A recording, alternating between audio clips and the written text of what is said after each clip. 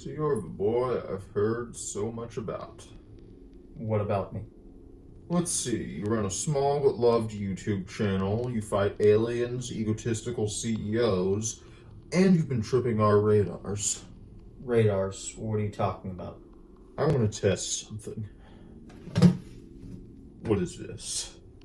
It's a Nintendo 64 system. Now, can you please let me go? Not so fast. What's the point of these? It's to help it stand on its, Don't play dumb with me, kid. Alright. It was an add-on to the system.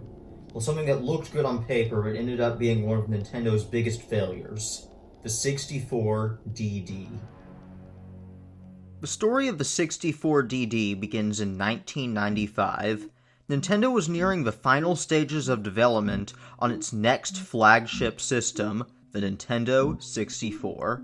This new system would boast 64-bit 3D graphics, but in a world that seemed to be switching to discs as the new format, Nintendo chose to stick with cartridges. However, Sony, a company which they had recently broke off a partnership with to create a disc-based add-on to the Super NES, launched their own system, the PlayStation, which gained a huge amount of traction at its launch. Its disc-based capabilities allowed them to have huge games, and many developers soon started to leave Nintendo for Sony, as discs were cheaper to order and could hold more storage. This is when Nintendo knew they had messed up. So, shortly before the N64 released, they revealed it would have an add-on called the 64DD. It would connect to the bottom of the system and play disc-based games, albeit on a magnetic disc rather than the optical discs of the PS1, as well as expansion packs, basically the primitive version of DLC to cartridge-based games. They also revealed the DD would boast a number of innovative features, including a system clock and online support, which while standard now, was a huge deal in the mid-90s. Nintendo was confident this add-on would be the answer to the PS1, and started developing a number of games as DD software, thinking people would naturally pick up both the 64 console and the DD.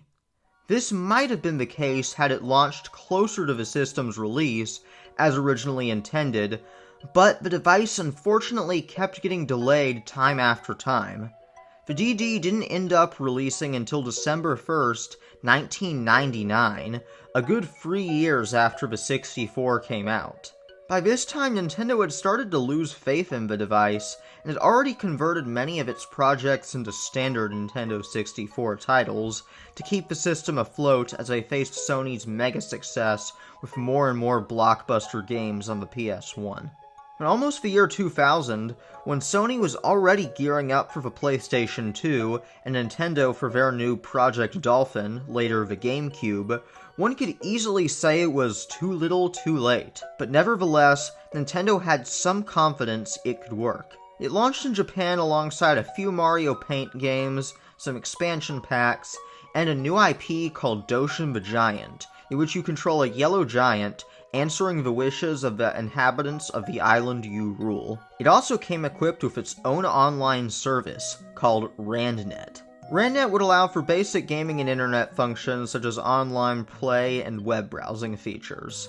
What's more interesting to me, however, is that the service was originally planned to feature a selection of classic NES games to download to your system, a feature that wouldn't come to fruition until Nintendo Switch Online almost 20 years later. Who knows, maybe if this service had taken off, we would have more consoles than just the NES and SNES as online offerings right now. Unfortunately, like the add-on it was for, it didn't take off. The 64DD flopped hard in Japan, with its release in other territories being scrapped entirely. While Nintendo did end up using proper optical discs in future home consoles, their hesitation to use it as the Nintendo 64's main medium, instead kind of doing it with magnetic discs in a failed add-on years after launch, would cause Sony to rise to unforeseen heights, a success that no doubt haunts Nintendo to this very day. What a remarkable story. Do you think things would have gone differently had the DD been successful? I mean, yeah, I guess in some alternate universe, the game industry as a whole would look different if this was successful. Bingo.